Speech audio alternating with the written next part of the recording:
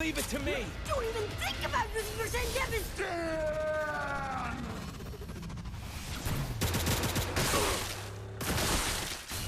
An overpowered cyborg named James Norris displays his impressive powers by attacking the cops.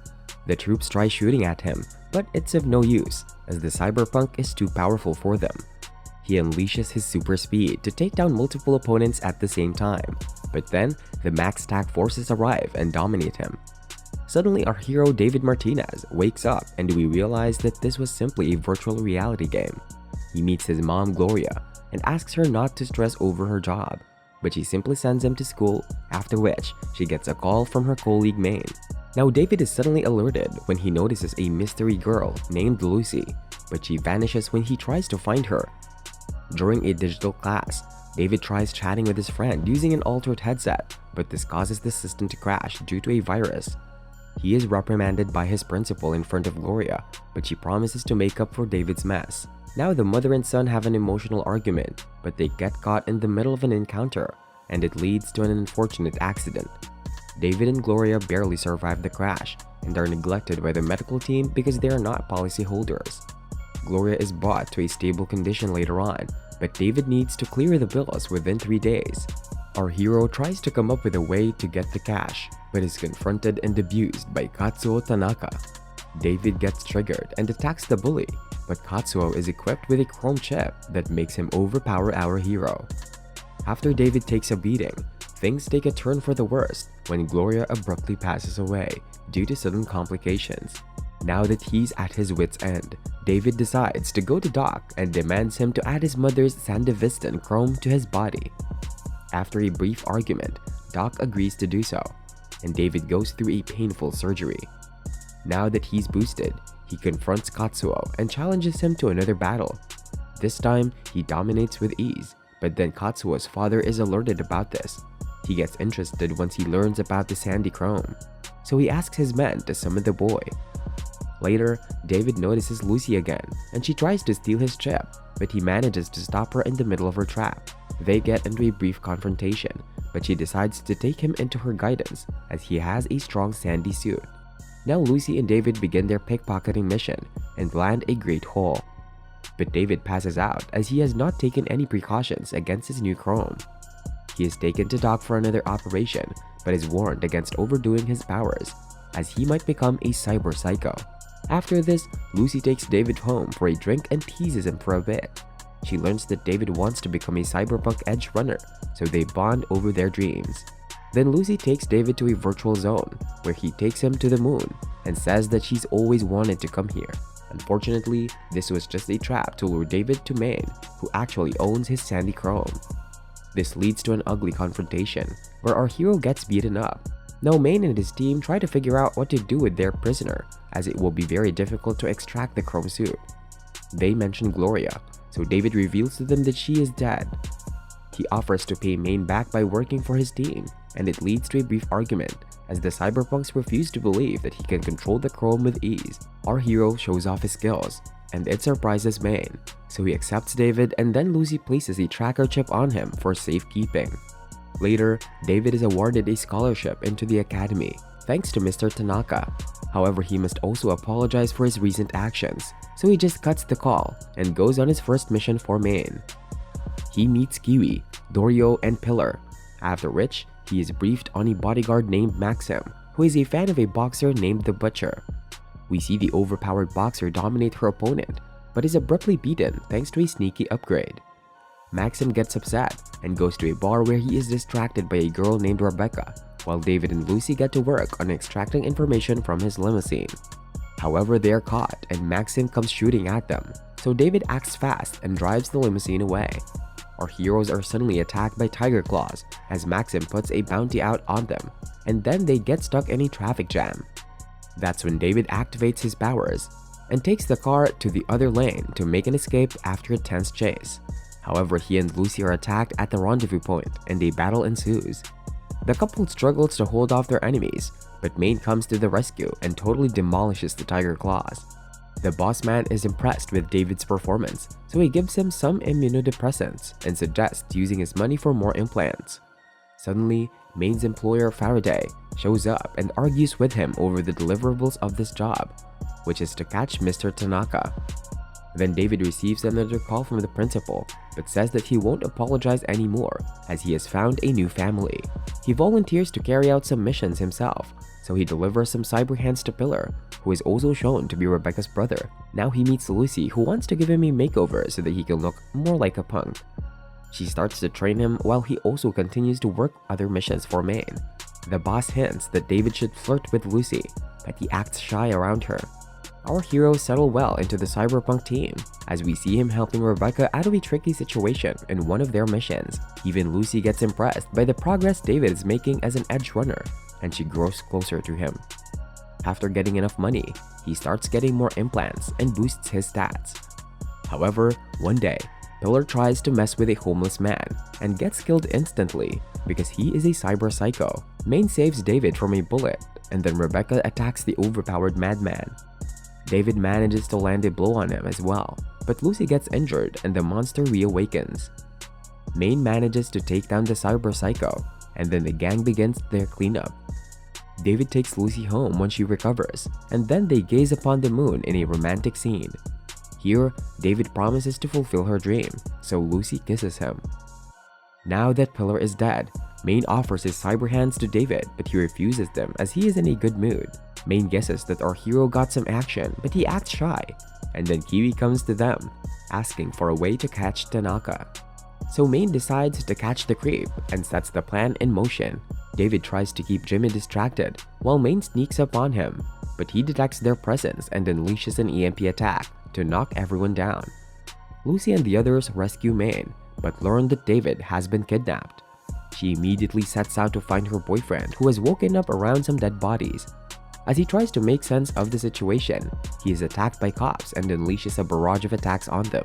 However, the scene becomes a repeat of his earlier game and he is about to get killed. But then he wakes up from his nightmare. Jimmy mocks David by saying that he will eventually turn into a cyber psycho. And then the villain tries to torture our hero some more. Luckily, Lucy comes to the rescue and saves her lover. Jimmy is apprehended, but then he summons his armed drones to attack the cyberpunks. The team gets surrounded, but David wakes up and distracts the drones long enough for Lucy to hack into them. Now Jimmy is taken as a prisoner and tells David that his Sandy Chrome was first owned by James Norris himself. Later, Tanaka visits Jimmy for business, but gets trapped by Main's team. He puts up a fight against the boss, but David activates his powers to defeat the evil cyborg. However, Jimmy is caught in the crossfire and dies after smiling at David one last time. Later, we see Main suffering some flashback trauma. Unfortunately, this leads him to attack Kiwi in the middle of the extraction mission, and Falco angrily punches him away. David is alerted about this and rushes to the scene, while Kiwi is rushed to the operating table.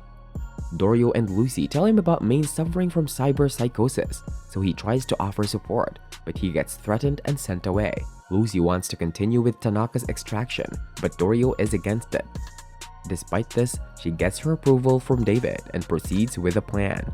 However, Tanaka wakes up in the middle of it and offers to help David with his future if he allows him to escape. He mentions the Militech company as the mastermind of a huge conspiracy, and this puts David in a state of shock. Unfortunately, Tanaka gets fired and the trauma team is alerted to retrieve him. David is slapped to snap out of his trance and he saves Lucy. But she reveals that there was no data inside Tanaka. Now the cops attack Main and Dorio while the couple waits for them in the car. However, Main loses his mind again and kills Dorio by accident. This triggers him and he turns psycho. While David makes his way to the spot, Main destroys everyone in his path, but Max Stack is also brought to the scene. David offers to help his boss, but he shoves him away and takes on the Max Stack soldiers all by himself. An intense explosion follows, and Lucy worries for David.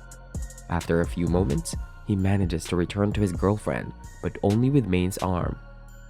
Time goes by, and we see David with his cyberpunk team as they make their way towards a mission. Kiwi short-circuits the enemies, thus allowing David and Rebecca to dominate their opponent, and they are confronted by the boss Maelstrom. He is an overpowered cyborg, but David shows off his new implants and defeats his opponent with ease. Then he rescues Isabella Morgan, and returns her to her dad, who is one of the gang's clients. We learn that Lucy has left the team ever since the incident with Main and Dorio, but she is still living with David. Our hero ignores Rebecca's flirting and goes to Doc for more enhancements, where he learns about a legendary boogeyman fighter named Adam Smasher. Now, Kiwi calls David for a meeting with Faraday, who wants to test him with a Militech job. Faraday also wants to use Lucy for more data extraction, so David comes back home to his girlfriend and asks her if she wants to do it. She asks for more time, and then the couple shares an emotional moment. They go out for a drive and gaze upon the night sky, after which Lucy mentions how she was raised at Arasaka as a part of an experiment involving 13 children. It was here that she learned about deep diving, but the process was filled with risks, so she eventually ran away from her friends and ended up here. David hugs her, but later we see Lucy killing a cyberpunk who seems to be connected to Arasaka. At night, David sets out on a mission, but ends up killing an innocent nurse in the process. He hides his actions from his team because he fears that he's becoming a cyber psycho. Now Faraday is suspiciously attacked by some goons, but is saved by a mysterious person at Militech. He is briefed on the Cyber Skeleton project and also learns about a rogue cyberpunk edge runner who is interfering in his plan by killing everyone involved in it. He immediately identifies the rogue to be Lucy and begins a sinister plan. Later, David freezes in the middle of a mission, so Rebecca saves him and asks why he hesitated.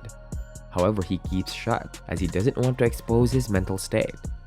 At night, David experiences another nightmare at home and faints in front of Lucy. She takes him to Doc, who mentions that David is in the psycho zone. David loses his mind and threatens Doc to give him more meds, but Lucy stops him before he becomes violent. She tries to convince her lover to go easy on the Sandy Chrome, but he says that this is his only way of life. After a brief argument, David suggests breaking up, and Lucy tries to counter, but then she is alerted of an edge runner, so she goes to kill him. However, this just turns out to be a trap set by Faraday, who is shown to be secretly working with Kiwi. Now we learn that Lucy was the one who fried Tanaka in order to save David from the evil corporations who want to use him for the Cyber Skeleton project. Faraday decides to include David as a bargaining chip for Militech, so he offers him a gig worth $2.5 million. As the cyberpunk gang comes up with a plan, we see David struggling as his Sandy suit has started to take over him. Despite this, he uses his overpowered chrome to help the team nail the plan. However, they realize that they have been duped when there is no driver in the truck. Luckily, David uses a harpoon and his Sandy suit to stop the truck just before it falls off a cliff. Meanwhile, Lucy is taken away by some of the Militech executives who wants to use her for another project. The evil corporation sends missile carriers to attack David's team, and that's when they come across the Cyber Skeleton.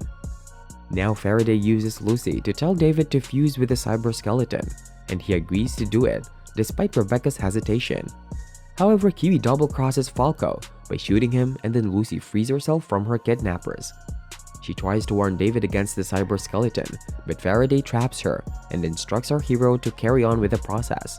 David almost goes psycho, but Rebecca manages to keep him sane till the transformation is complete.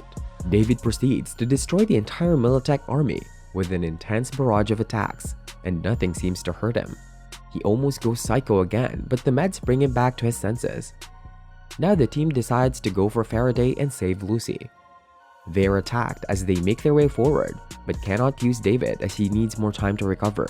Meanwhile, Kiwi tries to make her escape, but she is ordered by Faraday to come for backup. Our heroes find themselves in a tricky situation, but luckily David awakens and takes down the enemy forces with ease. The cars keep piling on, and David keeps wiping them out, but he goes crazy again, so Rebecca has to calm him down with the meds. Now Kiwi refuses to work for Faraday, so he shoots her and sends his men to finish the job. Then, Maxstack is sent to take care of the situation, but David handles them as well, so Adam Smasher is summoned for the mission. After all the chaos, David is down to his last vial, and then Kiwi sends Faraday's coordinates to the team before she is killed. The team catches up to the villains, so Faraday tries to make his escape to the docks. He arrives with Lucy and gets into an argument with the Militech executives, but then David shows up and kills everyone in the room except for Lucy. However, Adam also reaches the scene and attacks David, so he goes psycho and rushes out with Lucy. She kisses him to bring him back to his senses, and they share an emotional moment, after which he brings her over to Rebecca and Falco. However, Adam kills Rebecca and attacks our hero brutally. Falco escapes with Lucy, while David allows himself to be broken down by Adam as part of his sacrifice. Our hero remembers his past one last time before he is seemingly killed by Adam, but there is no confirmation that he is dead. Later, we see Lucy going to the moon, and she has a vision of David once she is there.